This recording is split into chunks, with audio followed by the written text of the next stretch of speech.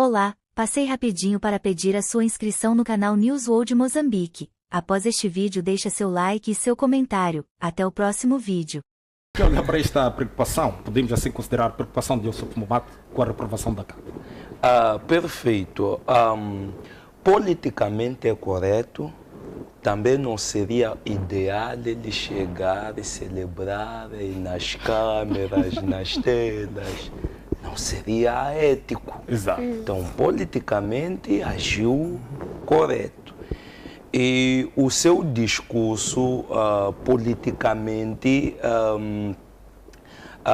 apresenta, apesar de haver uma dubiedade no seu discurso, porque em parte apresenta aquela situação que a colega estava a dizer, de que a democracia perde, mas em algum momento aponta os culpados pela... Eu acho que seria estratégico dizer, teria dito, isso agora está no Conselho Constitucional, vamos deixar o Conselho Constitucional decidir.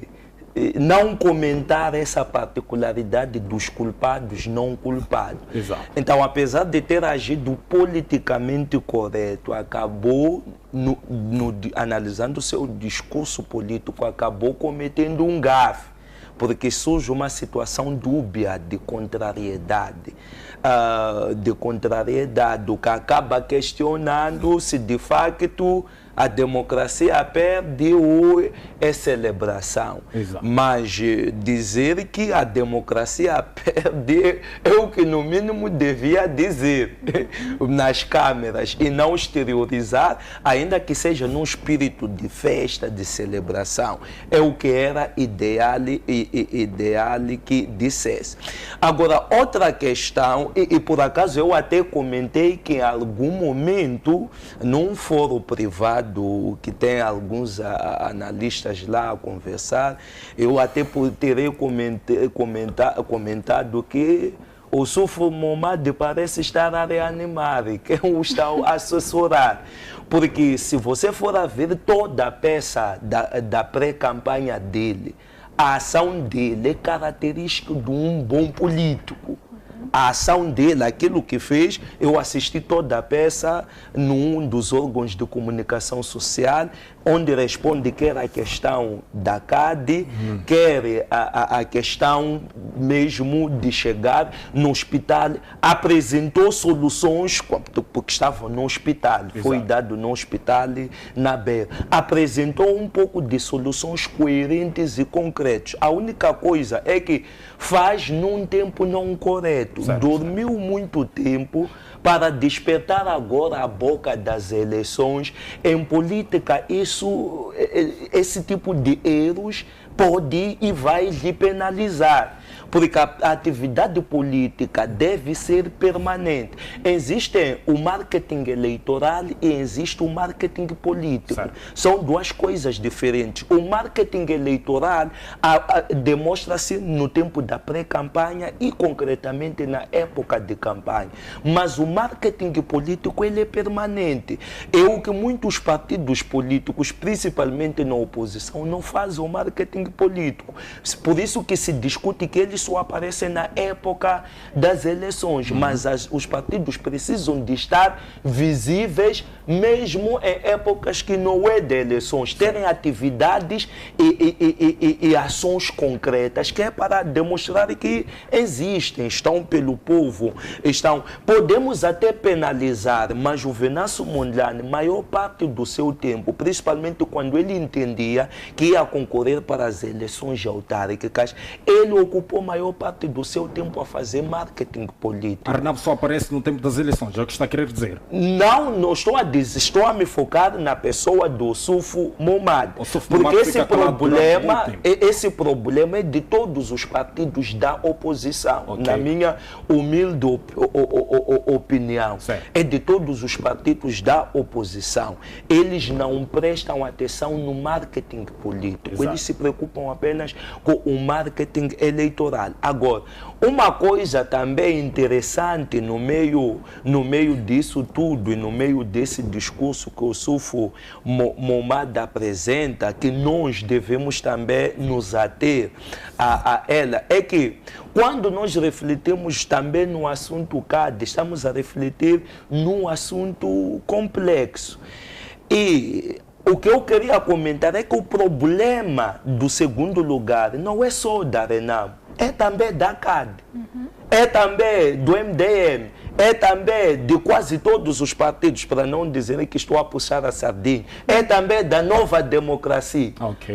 Todos os partidos na oposição têm ideia de que estão convencidos que a Frelimo é um embondeiro que nunca vai cair e está posicionado. É por isso que eles vivem se degladiando entre eles para verem quem assume o segundo lugar, o terceiro lugar. A luta parece que principal dos partidos políticos é com o segundo lugar. Parece que eles já estão acomodados. A forma como a CAD do Venâncio Mondlane lida com a questão, a forma como a própria Renamo lida com a questão, fica a parecer que a preocupação é disputar o segundo lugar. Como quem diz, eu tenho força para te derrubar e ocupar o teu lugar. E a Renamo estiver a dizer, aqui você não vai me tirar, eu vou te empurrar de todas as maneiras que forem possíveis. Então, eu acho que esse é um problema que nós temos no contexto político nacional. Exato. Obrigado, Albedo. Principalmente quando trata-se de assessor de um líder. Um assessor faz previsão. Antes do líder sair, já sabe que você será cercado por câmeras. Vamos dar supor que sou assessor da ministra da Educação. Eu, como assessor, tenho que saber quais são as principais perguntas que são colocadas no âmbito da educação. E eu instruir a ministra, no mínimo podem te perguntar esta, exato, mas aquela pergunta. E as possibilidades da resposta a essa pergunta podes responder desta forma, podes responder daquela forma. Claro que ele, como indivíduo racional, vai ter ali a sua identidade. Mas se você coloca uma individualidade, as câmeras, sem devidamente lhe assessorar, o que no fundo vai acontecer é o que acontece não só com o próprio Sufo Momad, o que aconteceu com o próprio Sufo Momad, mas também o que acontece com os nossos ministros. Okay. É por causa disso que você encontra também contradições nos seus próprios discursos. Então, essa questão de assessoria versus comunicação é muito importante para todo ator que está a fazer política. E para concordar que, de facto, o Sufo Momad, de algum momento, foi mal assessorado. Porque o assessor devia ter previsto a possibilidade. É como quando você faz uma apresentação qualquer na escola, quando você se prepara para a apresentação, você já imagina as questões que o júri vai te questionar e vai ensaiando pré-respostas. Se coincidir, você já tem uma pré-resposta para dar àquela questão especificamente. Certo. Então, essa questão de assessoria é muito fundamental, que o que vai acontecer é que vão ser cometidos esses atropelos. Mas aquela coisa, quando não fala, é criticado. Quando sai para falar, também é criticado, porque acaba trazendo um discurso incoerente que suscita. Então, aos assessores do Sufo Momad, e não só dele, mas também dos ministros, de todos os candidatos, devem fazer uma boa assessoria, principalmente quando ele vai ter um contato com as câmeras e com os jornalistas. Perfeito. Segurança com sucessivos sequestros, para os empresários, não diríamos que há segurança. E quem são esses responsáveis dos sequestros? Os responsáveis de sequestro são entidades ligadas diretamente ao próprio Estado moçambicano. Não são pessoas estranhas, são pessoas que influenciam processos políticos nacionais. É o que eu sempre vim denunciar, que a questão dos raptos não estamos a tratar de crime organizado como o Ministério Público propala. Estamos a tratar de organização criminosa. Crime organizado é uma coisa, organização criminosa é outra coisa. Crime organizado é nós aqui identificarmos uma bolada.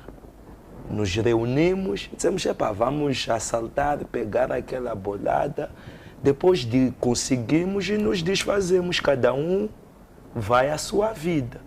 Mas a partir do momento que nós identificamos aquela área e nos especializamos nela, já não é crime organizado. Trata-se de uma organização criminosa. Você há de compreender que existem entidades relacionadas a Cernic que estão lá. Há de descobrir que existem entidades relacionadas com CIS que estão lá. Há entidades relacionadas com as forças de defesa e segurança estão lá. Por isso que tem sempre polícia. Você há de ouvir entre os raptores, está lá um agente da polícia, está lá um agente da polícia.